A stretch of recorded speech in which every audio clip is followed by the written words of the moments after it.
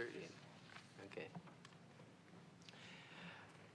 Let's call the meeting to order. This is the meeting of Bella Vista City Council, regular meeting of June 23, 2025. We'll start with the Pledge of Allegiance. Pledge allegiance to the flag of the United States of America and to the republic for which it stands, one nation, under God, indivisible, with liberty and justice for all.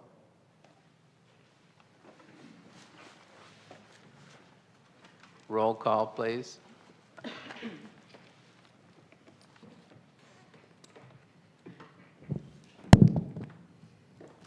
Councilmember Honchel. He's here. Harp. Here. Hughes. Here. Newport. Here. Wilms. Here. Isbell. Here. Mayor Flynn. Thank you. Next we'll have citizen input per the rules. There's a 3-minute per person time limit to address the council on any topic of that person's choosing. And we have less than 10 people, so. The first speaker is Zita Lucas of 22 Thirsk Lane.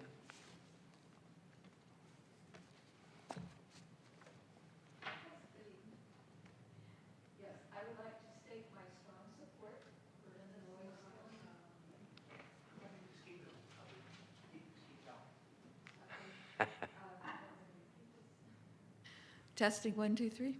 Yes, I would like to state my strong support for Linda Lloyd's development, Al Commons. I believe this development would be welcome in Bella Vista, and in fact, I could even envision myself living there at some point. But I think the combination of independent living units with a sense of community that she has planned would be something that would definitely appeal to older residents. Thank you. Thank you. The next speaker is Taylor Sizemore of 40 Meadowbrook Circle. Hello, everyone. My name's Taylor. I am here, and I just want to say that I am in favor of the Al Commons and hope that you approve this project to move forward. This is an amazing project, and I believe it to be the best use for this parcel of land. It's a rare opportunity for an owner and developer to choose building a community over their profits. From what I can tell, this was zoned an R3 parcel to where it could be very dense. She's chosen not to do that.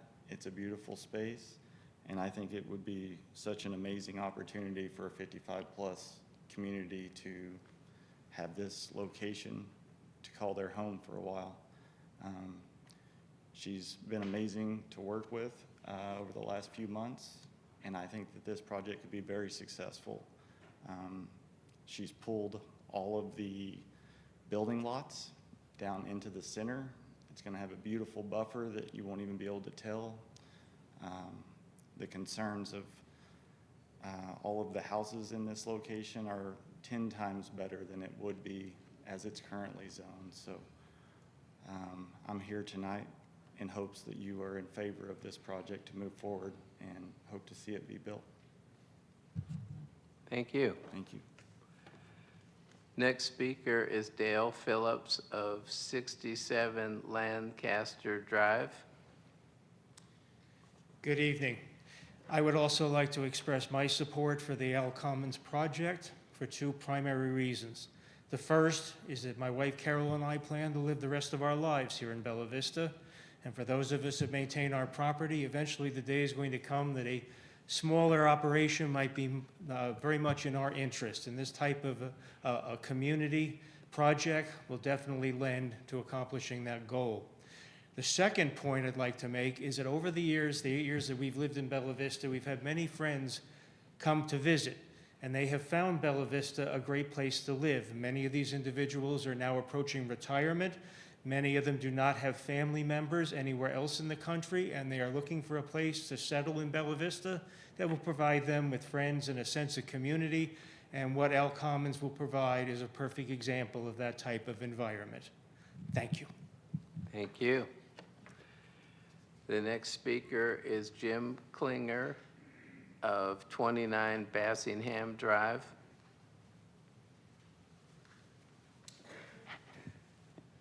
I too am in support of Owl Commons, and just a little bit of real quick background. I've been a driver for the courtesy van for 6 years and a board member for 3, and in fact just drove today.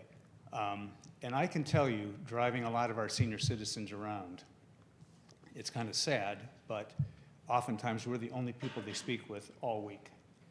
So to have a community built in like this, where you have close proximity neighbors, people you know, people of the same age group and so forth, would be a big, big comfort, I think, for those residents.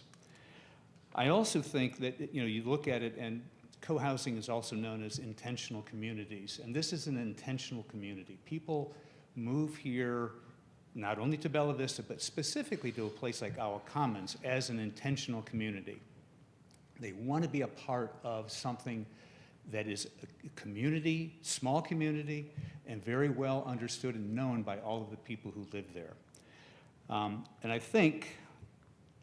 do fully believe that if you approve this and this goes forward, this will be a blueprint for not only Bella Vista, but for Northwest Arkansas, because this kind of housing is becoming more and more important, and I think this will work as a blueprint and as an example for other developers to do the same thing in this area.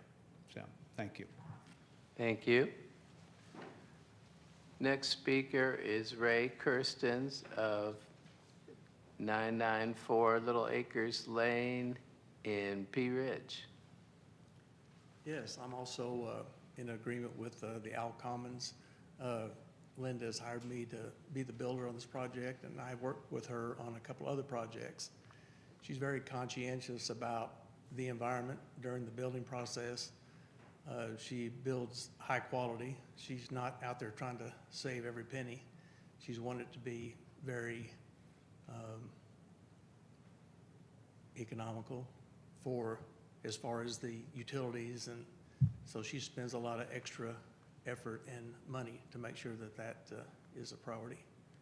And she will be living there and will be watching everything close to make sure that the traffic is under control and that the trash is picked up and things like that. So, thank you. Thank you. Next speaker is Stephanie Dreyer of 1 St. Helen Lane in Bella Vista. Hello, Hello. my name is Stephanie Dwyer, and I've been a resident of Bella Vista since 2022, moving here from Rogers to live in nature with all its benefits. I really like living here, yet have one concern regarding the exposure to herbicides that are being sprayed all over town by Progressive Solutions, a company hired by Carroll Electric. They spray every 2 years around power poles and underneath the lines to prevent any trees from growing up. They use a triple blend of herbicides and spray without notice, and these chemicals pose significant risk to human health and the environment. Exposure can lead to acute and chronic health problems, including cancer, as well as neurological, endocrine, and respiratory problems. Herbicides impact soil quality, contaminate water sources, and harm non-target plants, animals, and insects, including pollinators such as bees and butterflies. I happened to drive by one morning in 2023 when the poles around my neighborhood were being sprayed, including the wild blackberry patch at the end of my street, and I was able to stop the sprayers from coming close to my organic garden. Had I not been at home, I would have never known, yet days later, all the sprayed areas had turned yellow and brown. About 2 weeks ago, when I was biking up Houston Road to pick wild raspberries, I noticed the yellow and brown again. I immediately turned around as I was not going to eat those berries. Not only do herbicides pose health risks, they also turn the beautiful green plants into yellow and brown in the middle of the summer, which is very unsightly. Here are my requests to keep Bella Vista thriving and its residents safe and healthy. Number 1, notify all residents of any chemical sprayings. Number 2, inform all residents that homeowners can request a do not spray order for their property by calling Carroll Electric. Number 3, ask citizens to get involved by keeping their electric poles cleared by mechanical means, and in addition, adopt a pole in their neighborhood. Number 4, ask Carroll Electric to use alternatives such as mechanical methods or other safe natural herbicides. Number 5, make Bella Vista an herbicide-free city leading by example. Thank you for listening. Thank you. Next speaker is Marty Milburn of 3702 West Fur. Good evening. In 1993, I sustained a pesticide poisoning that broke down my myelin sheath like someone with multiple sclerosis. It happened at an elementary school where I served as the registered nurse. One ordinary day, the oddest wave of weakness flooded over me. Tingling began in my fingertips and around my lips. I couldn't grip a pen. My eyes twitched wildly, my lip drooped, my vision lost its acuity, my chest hurt. It was nauseating. I pulled myself up on legs like Jell-O to get help when the exterminator walked by with can in tow. Eventually, I learned that an EPA registration for chemicals means only that they kill what they claim to kill, not that they have any safety for humans. Each time I returned to work, the symptomology began again. The half-life of these chemicals may be 30 years, but staying at home did not stop the advancement. One cannot truly appreciate the value of an intact nervous system until you don't have one. For the next 18 months, my chemical brain injury manifested itself in bizarre, almost indescribable ways. I was sent to the Environmental Health Center in Dallas, founded by Dr. Bill Ray. Dr. Ray was the surgical resident on call when President Kennedy was shot. He operated on the then Governor Conley. Shortly thereafter, he was given a position on the Texas Medical Board with a bright future until his home was sprayed. He sustained a similar reaction to mine, thus changing the trajectory of his life and career. He got a wing of the hospital, dedicated it to environmental illness, and there I learned the rain barrel theory, which says that our fat tissue is like a barrel that collects our toxic exposures until the drop spills out. That was the point at which I actually was fortunate to get those neurologic red flags. Otherwise, it would probably have ended in cancer. Those red flags were being experienced by my dog, too. He died. OSU autopsied his body. The chemicals used on the golf course were in his tissue, even though he was an indoor dog. His sacrifice taught me that my barrel was staying full by virtue of where I lived. We left. We built an environmentally sound home in a covenanted subdivision where neighbors have agreed not to spray. The principles I learned from these experiences guide my life. I still have more questions than answers, but this I know.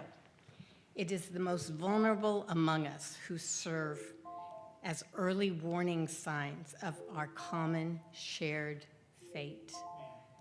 Thank you. Please Thank you, ma'am. take heed of us. Thank you. Thank you. Next one is Terry O'Byrne of 61 Highland Parkway.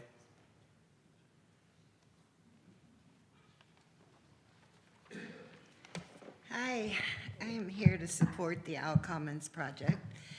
I am an 8-year Bella Vista resident with a home in the Highland Park Villas, which is also a 55-plus community.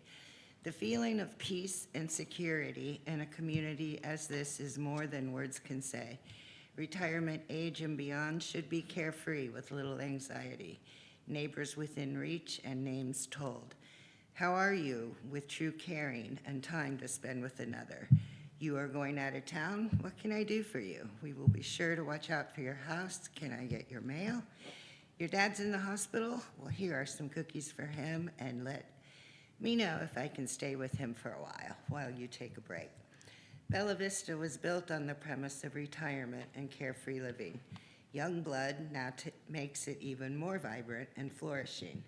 And now is the time to care for our older generation, especially those who have lost the love of their life or roommate that helps share the cost of home ownership, those who still enjoy the freedom of coming and going without the stresses of employment or caregiving, those who would do anything to stay within Bella Vista if only they could afford and find someone to maintain their beloved home, and those who thrive on the hills, curves, wildlife, and beauty.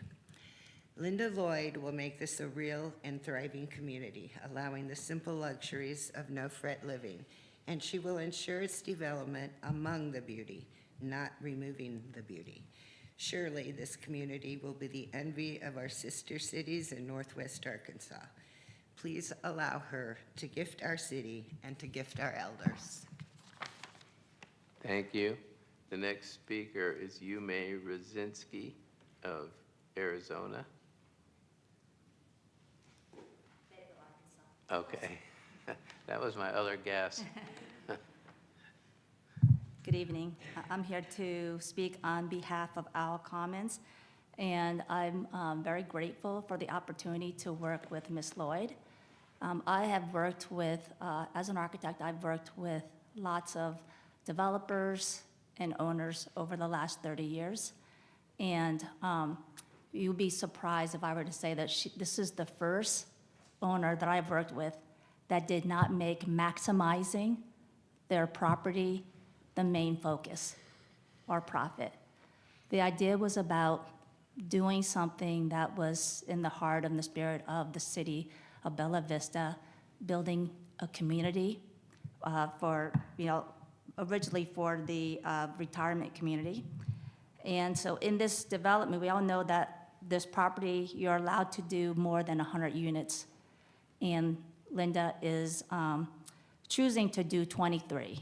And when I first got onto this project, I asked her, I said, hey, to make this thing work, you're gonna probably need to look at 55 or 70.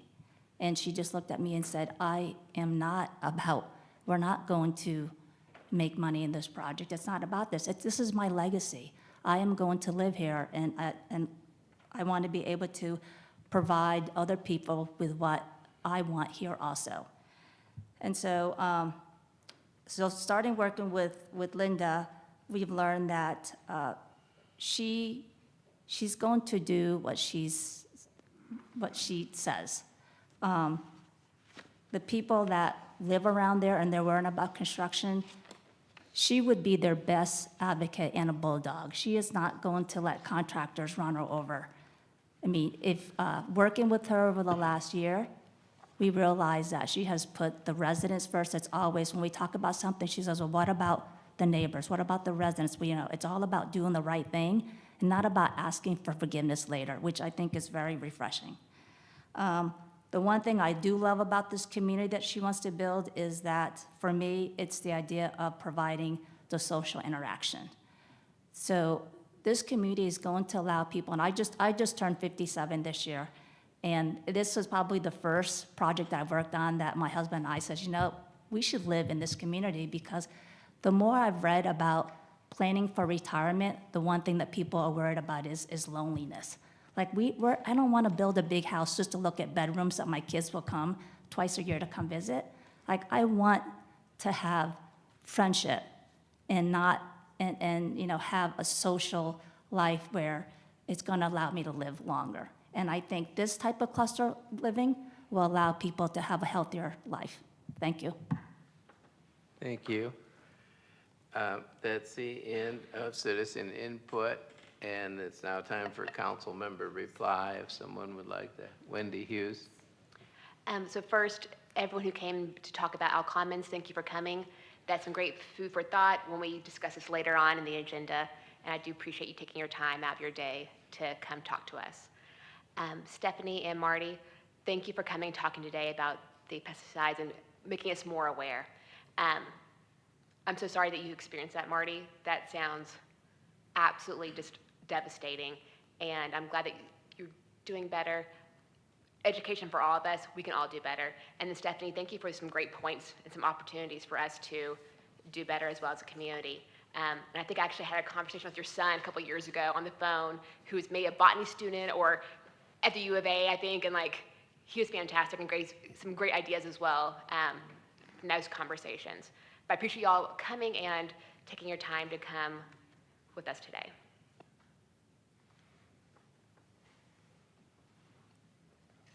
Travis.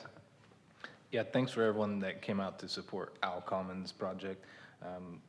I can tell by the supporters that came that they're not just the average Bella Vista citizen, in my opinion. Some of them are heavily involved in Bella Vista and all the happenings. So that makes me feel comfortable supporting this a little more than I already did coming into it. And I haven't hid my agenda on supporting this, even though I've had some naysayers. But anyways, thanks for coming and supporting that. That means a lot to Linda, I'm sure. And it helps us make a decision up here as well. And Stephanie and Marty, Stephanie, I've spoke to you before, and I was going to actually advocate for you.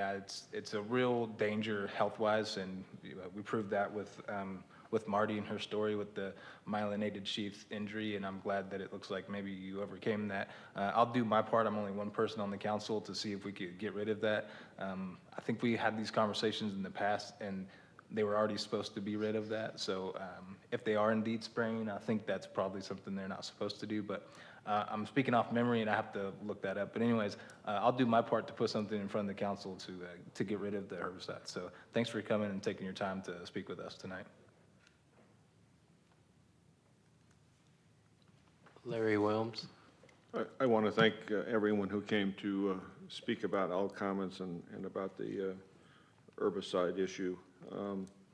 Al Commons is a choice of the property owner to do something less intense than what the current zoning allows for. So it's in our interest, I think, to respond favorably to the feelings of a less intense development than one that's more intense by its current zoning.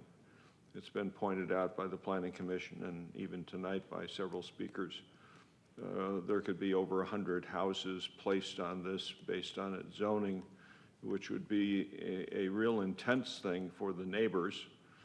Some of the expressed objections I've heard before this were relative to the effects and the impact of the construction period. But certainly with fewer homes and with a less intense road system and utility system, the construction is going to be much less significant than it would be with the current allowed zoning that's there. So I think it's a positive impact, even though there will be an impact on the neighbors for development. The herbicides, they can be very nasty. My knowledge and experience about them is somewhat limited. The reality is that to be an applicator professionally, you need to have a license and training because of the hazards that are there. And I recognized what the speakers were talking about, that they are poisons and they do actually kill everything that they come in contact with, and then may also affect humans and animals. So we'll look into that as much as we have an ability to do. Thank you. Anna Isbell. Just quickly, thank you again, everyone who came out tonight. It's great to see so much support for Owl Commons. I know a few of you well and have spent time with you in the past, so I know Dale and Zita are very dedicated to the community of Bella Vista and work, tirelessly toward making it a better community. And so it's just great to see a lot of feedback from both of you and the rest of the community here tonight. Thanks everyone for coming out. Thank you. I did appreciate hearing about the herbicide situation. You know, I had some people complain about appearances in the past, and more recently, Ms. Dwyer has mentioned to me about the herbicide. I think that is an important issue to look into. So thanks for doing that. Next thing on the agenda is the monthly financial report. In the past, we have given the March 31 report. We don't have the April report for a couple of reasons. Our Director of Finance has been working quite a bit on the audit. And in the last few days, we had a bit of a computer glitch, software glitch. So we don't have that, but I do have some interesting information. As I mentioned before, in March 31, it shows our city's sales tax being up quite a bit so far this year, 14.6%, and the county tax being up almost 8%, which is encouraging because the county was pretty flat last year. But interestingly, I saw a report just today from Arkansas Business Times, and it had the sales tax, city sales tax for the 81 largest cities in Arkansas. Bella Vista was number 27. This was for calendar year 2024. But they also listed the percentage increase from 2023 to 2024. 81 cities in Arkansas, and our increase was about 8%. And most of the cities were not in the vague vicinity of that. Some of them were negative. A lot of them gained 1 or 2%.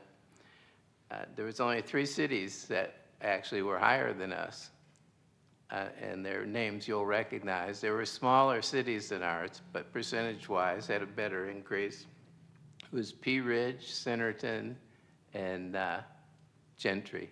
So, but most of the cities, particularly in the center of the state, are not even the most successful cities down there. And even some of our big cities in northwest Arkansas were not even close to Bella Vista in percentage. So it's interesting to see that, a little bit encouraging. I think it's from as far as Bella Vista, I think it's from the internet. I think it's from restaurants improving. And I think it's from the building. The building industry has been very vibrant in Bella Vista, and I think it's been a factor. So that's the financial report, and at this point, I'd like to entertain a motion to suspend the rules of order and procedure to allow all the ordinances on the agenda to be read by title only. Motion to approve. Second. That was Travis Harp and Anna Isbell. Roll call vote.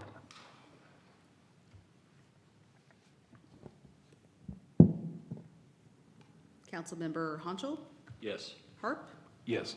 Hughes, Yes. Newport, Yes. Wilms, Yes. Isbell. Yes.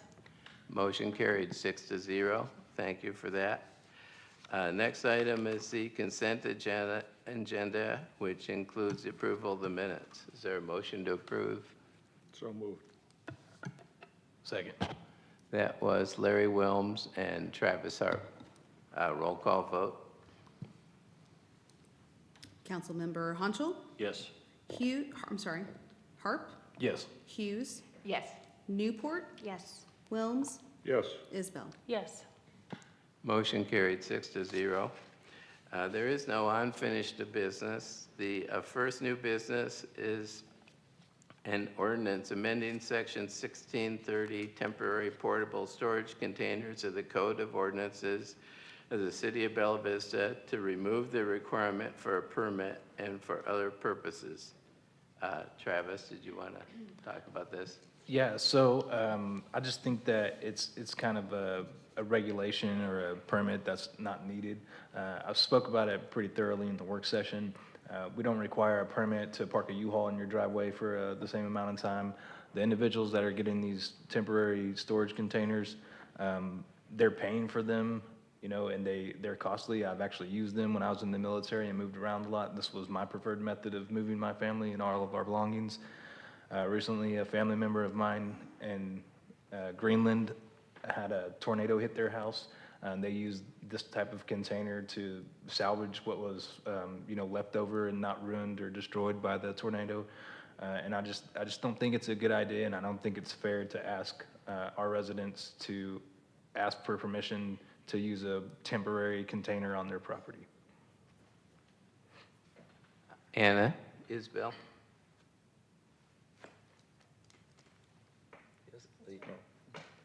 Trying to get the screen to catch up with us. Oh, okay. We're on the agenda yet, and we need to move to that first item of business. Okay. Anna, Isabel?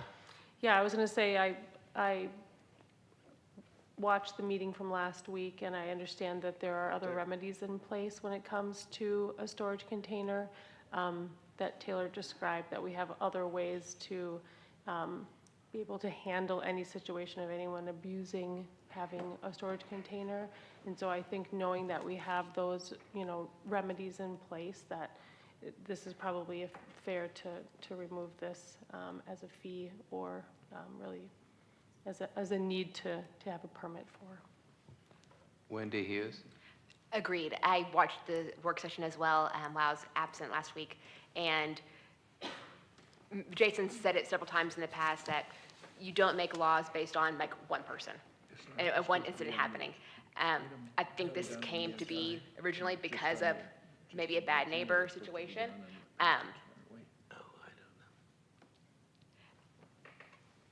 Thank you. So I was just making sure we were all okay Oh, over here. okay, go ahead. Sorry. But again, I'm a person who does study. I do research before I moved to community. I researched Bella Vista extensively before moving here. I would have never considered asking for there was a need for a permit for a storage container. And knowing there's other remedies to fix this, so it's not a burden on the community, it makes me sense to get rid of this.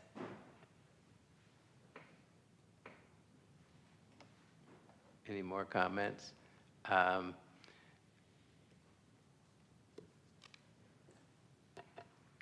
wasn't sure if anybody had an appetite for going to third and final, or Motion to suspend the rules and go to third and final. Second.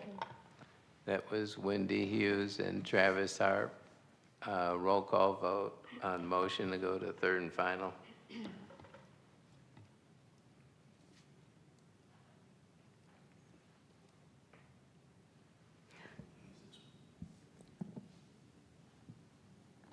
Councilmember Hanschel, Yes. Harp, Yes. Hughes, Yes. Newport, Yes. Wilms, Yes. Isbell. Yes. Motion carried, 6-0. I'll read it for the third time. Amending Section 1630, temporary portable storage containers of the Code of Ordinances of the City of Bella Vista to remove the requirement for a permit and for other purposes. Motion to approve. Second. That was Wendy Hughes and Shay Newport. A roll call vote. Councilmember Hanschel, No. Hughes, Yes. Harp, Yes. Newport, Yes. Wilms, Yes. Isbell. Yes. Motion carried 5-1.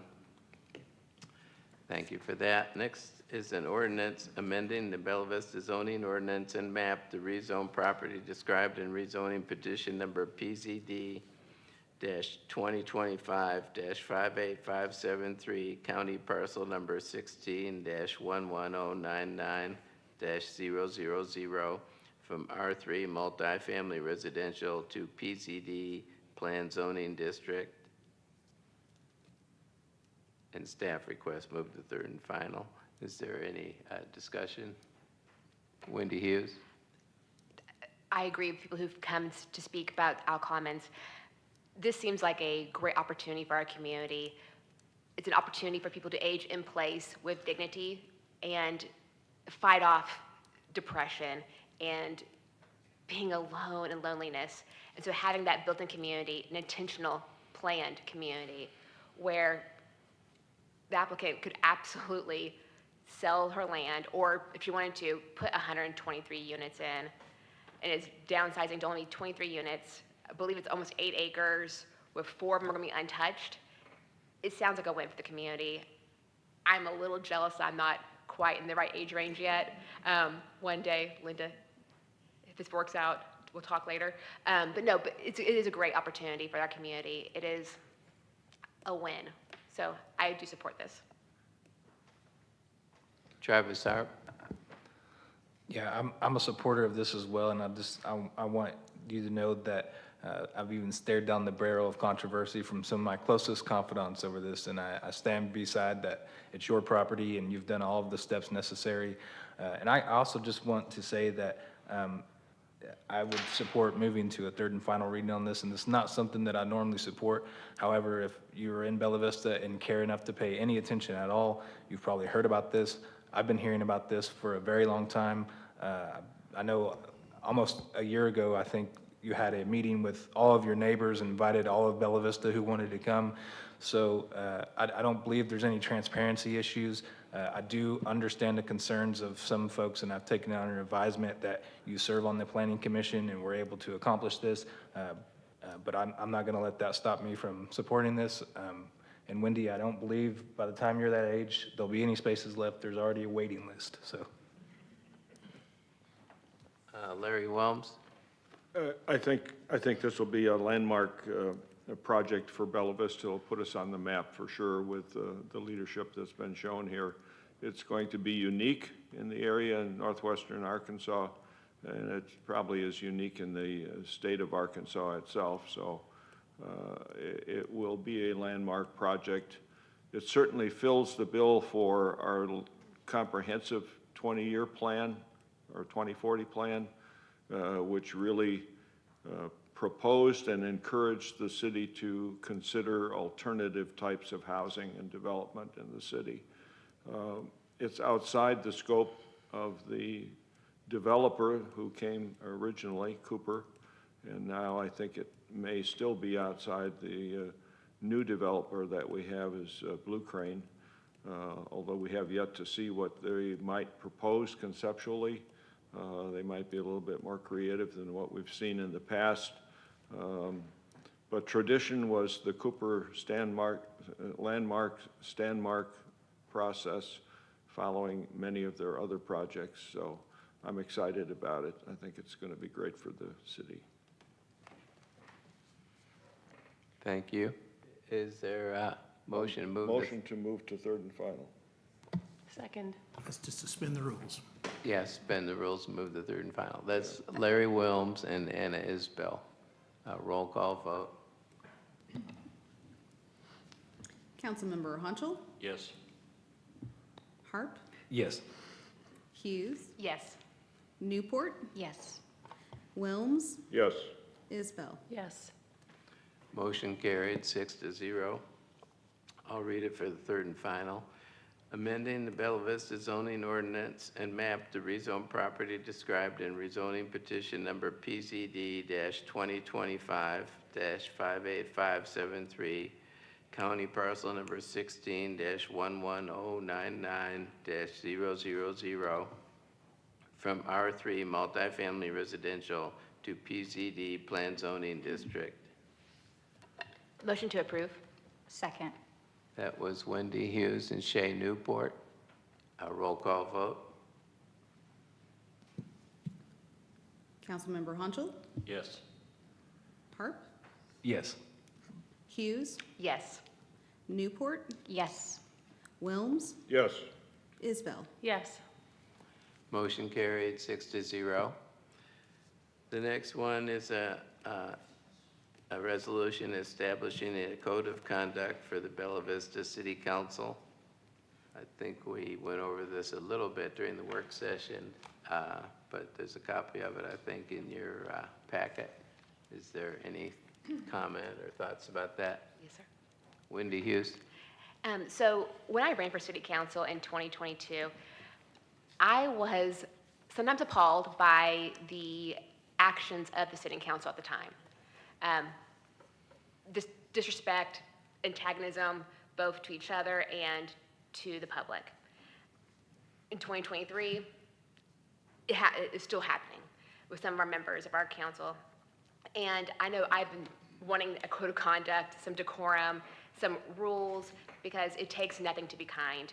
You can still get your point across by being direct but respectful to each other. Outlining timeliness, outlining keeping to the point, and being mindful of how much time you're speaking, I think is all a win, and I fully support this.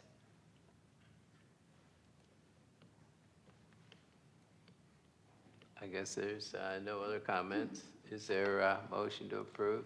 Motion to approve. Second. That was Wendy Hughes and Travis Harp. Roll call vote. Councilmember Honchel? Yes. Harp? Yes. Hughes? Yes. Newport? Yes. Wilms? Yes. Isbell? Yes. Motion carried 6-0. Next one is a resolution authorizing the mayor and city clerk to enter into a guaranteed maximum price contract amendment with Kleiner Construction Management, Inc. in the additional amount of $3,776,771.53 for purposes of renovation and remodeling of Fire Station Number 1 and administrative offices, phases 3 and 4C. I think Chief Sims and Mark Kleinert are here if you wanted to come up and say a few words about it.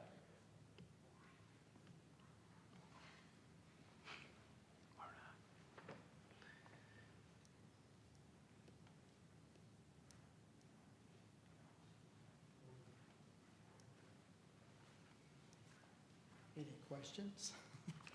I mean, we discussed this at the work session, and Wendy, you weren't there. Anna, you weren't there. We watched. Does anybody have any questions on what we're doing, what phases we're doing? On what? Larry Wilms. Larry, go ahead. How are we going to pay for it? Okay. You gave us in the work session, you gave us a spreadsheet for phase 1 and 2. The approval was for 5.9 million plus, and that was covered by the revenue bond that was issued near the end of the year. The promise for payment on that revenue bond to fund it was to come from our franchise fee funds.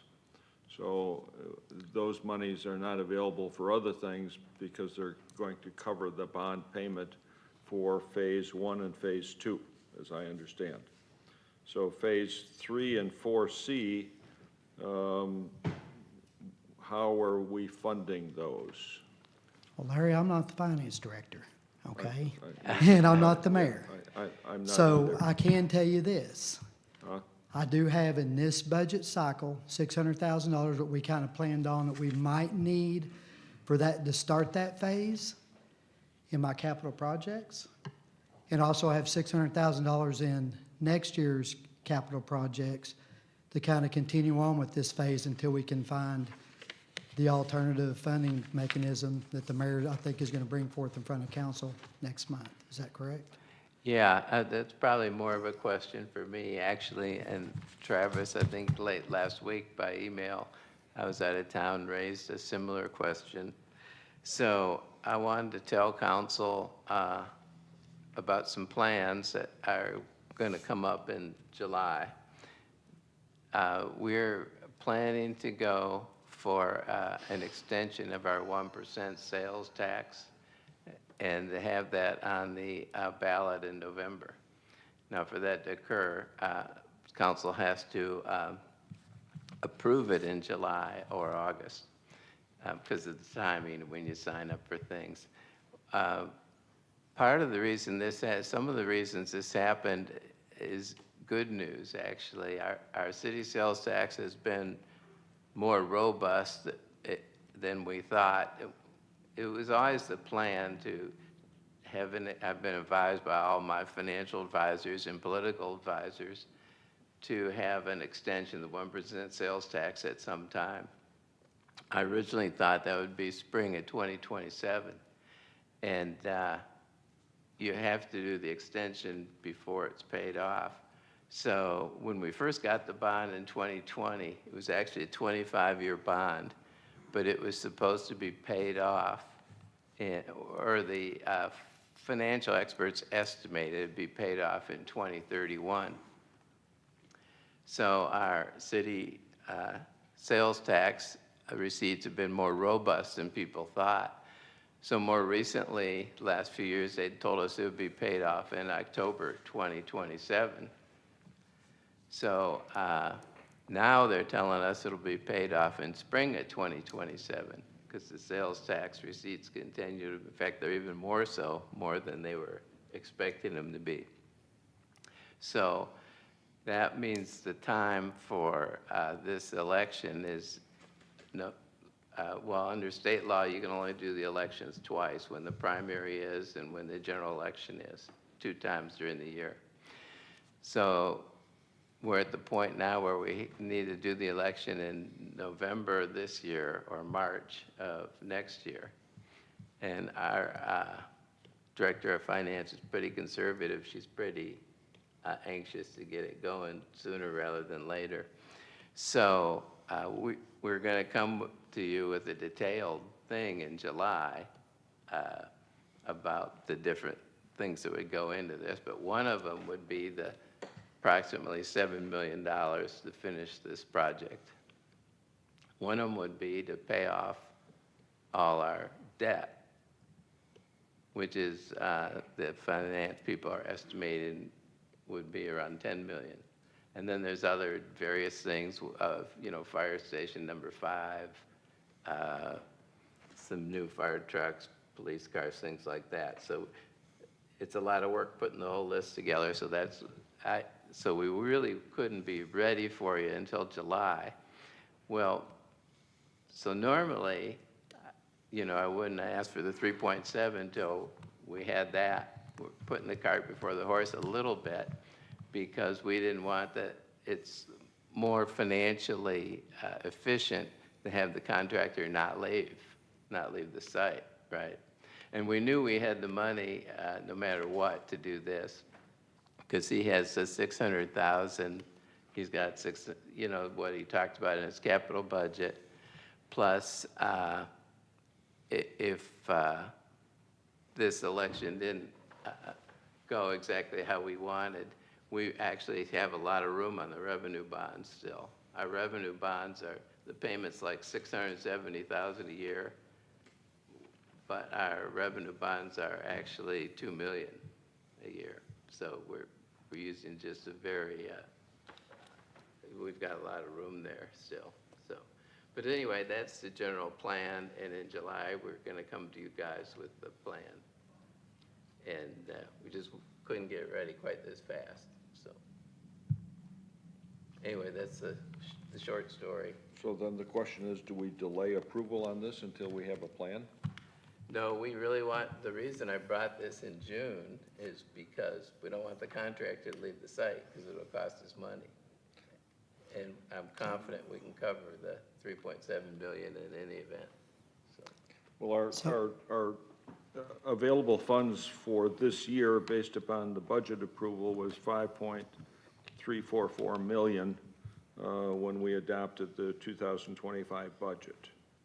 I'm not sure if we have enough funds left in that available. What have we spent out of that 5.344 so far? Do we have money in there to cover this in the event that the bond issue doesn't go forward? The bond issue doesn't get renewed? The 3.7, you mean? Yeah. Yeah, we can cover the 3.7 in any event. So we have enough left of the 5.344 available for capital projects that's unspent, uncommitted, to cover the 3.776 that's here. Yeah. The main reason we're wanting to do the extension of the bond is because of the many other things involved, like the paying off the other debts and so, fire station number 5 and that later section, which is on that page you're looking at, that 3 point something for phase 4A and B, that kind of thing. Yeah. So we're looking ahead a bit. So you're confident that will pass then? Well, I am An extension of confident the it will one- pass, but even if it doesn't pass, we could handle what we're approving tonight. Including the Phase 4 A and B? No, I'm talking, tonight, we're talking about Phase 3 and Phase 4C. That's all we're approving tonight. But then if we don't, then we still need to have in the back of our mind Phase 4 A and B, because that completes the site improvements that are needed to accommodate City Hall, planning and development, and all of the other things, as well as the fire department folks. Yeah, we like to do all of it, absolutely. And so we're really looking at a budget that's about $7 million total.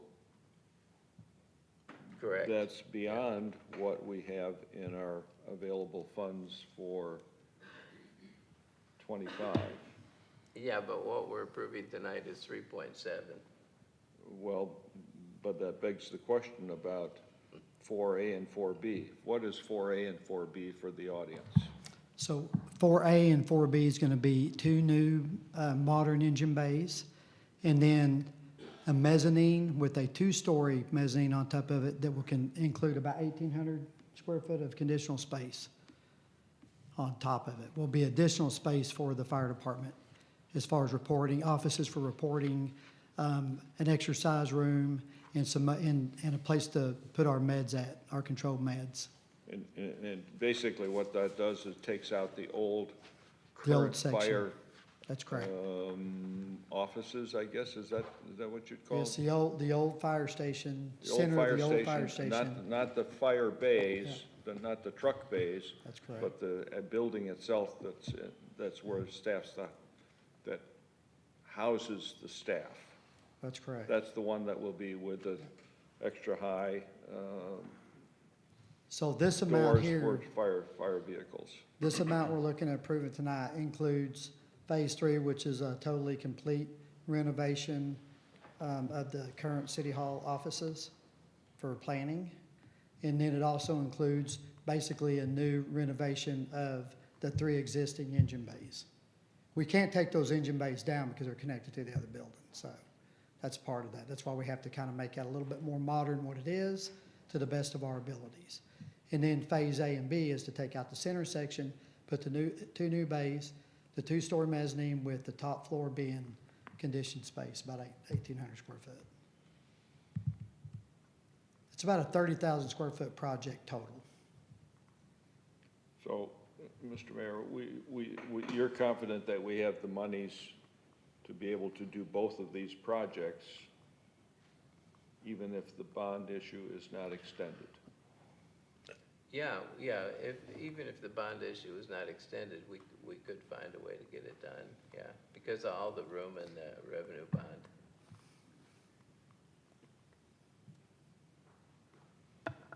Mayor.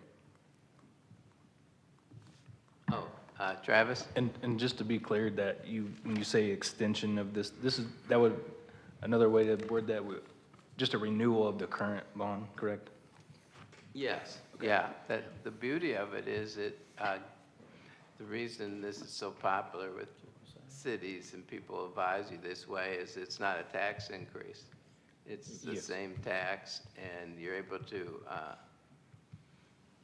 accomplish a lot of things on the city's financing without increasing taxes at all. Yeah, historically, those do well without a lot of campaigning, in my experience. But my question for Chief, or maybe the mayor, whichever one, worst case scenario, if this wasn't approved, how much additional would that cost the city if the contractor was left side and we had to bring him back? What kind of percentage, Mark, would you say if y'all? I haven't even really given that a whole lot of thought. It's such a bad scenario because it involves so many. The project is designed to be fit together like pieces of a jigsaw puzzle.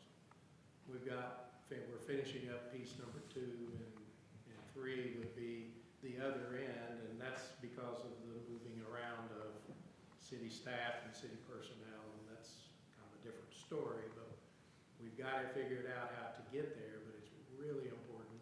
For example, we want to try to renovate Phase 4C, which is the current apparatus phase, which happens to be the oldest building on that site, and it needs it. But we need to do that in the summertime because it's in use. I mean, it's their response for their rolling stock, and we're gonna renovate it this summer so they can park the trucks out on the apron while we do work inside, a bay at a time. So but we need to keep that going because this is all part of the same infrastructure. We have an all-new electrical and generator system. Everything's on emergency generator, but we've got to fill in. We kind of started on one end, and now we're going to do the other end. We're going to fill in the middle. So it's really important to stay right on it because if I let all my subcontractors go, then I'm probably going to be back into a bidding process that's going to delay it, and it will cost more. I can't even tell you how much it might cost more. So you mentioned you'd have another bidding process, so have we taken bids on this so that we know what the costs are? Yes, yeah, the number you have is based on pricing that we've Okay, received. so we have contractors, sealed bids or whatever, negotiated bids that, to figure out that this is the bottom line right here. On Phase 3 and 4C. Phase 3 and 4C, right? Phase 3 and 4C is the one that you've nailed down. The one that still is hanging in the air is Phase 4A and B. Because we don't, that's still a paper. That's not going to start for at least a year, maybe a little sooner, but it's probably going to be a year and finish out there 18, 19 months. It's impossible to get people to guarantee prices that far. So could that increase due to cost increases in the market? That budget that I have given you anticipates an increase, an inflationary increase, so our numbers should be good. I'm a crystal ball, so I can't tell you what else might happen. We've had a few incidents lately that could have an impact on prices. Anytime oil and gas goes up, but it comes right back down, it seems like. There's a couple reasons, a couple unique things I think about this project, and one is we're doing construction on the area and still keeping the fire station open the whole time. And I must say, I've found Chief Sims to be very much of a can-do guy, and he's always looking for a way forward, and he's done a great job. Very few people could. It's been a little inconvenient for the employees, and it's been a little inconvenient for the construction guys too. And the second part of it is, because it was stretched out over time, we've been doing the guaranteed maximum prices phase at a time, because it's so far out, especially when we had the big inflation, a lot of the economic uncertainties. You know, you can't get people to give you a guaranteed price 2 years out. And I really like the guaranteed price mechanism because you don't go over budget. And the stuff we did so far really shows you how it works, because for phases 1 and 2, we're $460,000 less than the guaranteed price. So the two pieces of good news are the $460,000 less than the guaranteed price, and the fact that our sales tax is so good that our bond's getting paid off way faster than anybody thought it would. So I think the other positive thing is that the extension of a sales tax is not a new tax on our residents. It's just an extension or a continuation of the same tax they've been seeing for the last couple of years, which was approved by a voting process by our citizens. The experience in some neighboring communities, in Sunderton being, I think, the most one that I recall, the most recent one, and there may have been others that did an extension of a sales tax like we have. The public was supportive of that overall in their voting when they did ask for the citizens' reapproval. So I think we might be optimistic and can be optimistic about the opportunity to do that with Bella Vista as well. So. That is part of why in my budget, because I wasn't for sure exactly when we're going to get done with the Phase 2 project. That's why I put in the $600,000 to carry on the project, so we could at least keep that going for the next year and a half until we could figure out something in the future. And I want to also remind everybody that the revenue bond paid the city back a portion of what we spent in cash on Phase 1 and part of Phase 2. Is that correct, Mayor? If we fund it with the revenue bond. Well, no, it paid back the city cash that we spent on those two projects up to a certain percent. So- If the revenue. Which allowed bond- us to- If the revenue bond is extended to cover that, that would be a part of your inclusion. Well, which allowed us to use a bond to kind of cover what we paid in cash. So, am I saying that Yeah, right, Mayor? yeah, you can go backwards a few months on these things, and so you can pay cash and get it back, so to speak. If you do certain Yeah. legal stuff. And we kind of knew that as we was going forth with that project. We knew we'd be able to recoup back some of, at least half of that money. Didn't we pass a resolution to that effect to make it eligible That's correct. to Yeah, retract? yeah, it was in June Yeah, of June. last year, I believe. Yeah.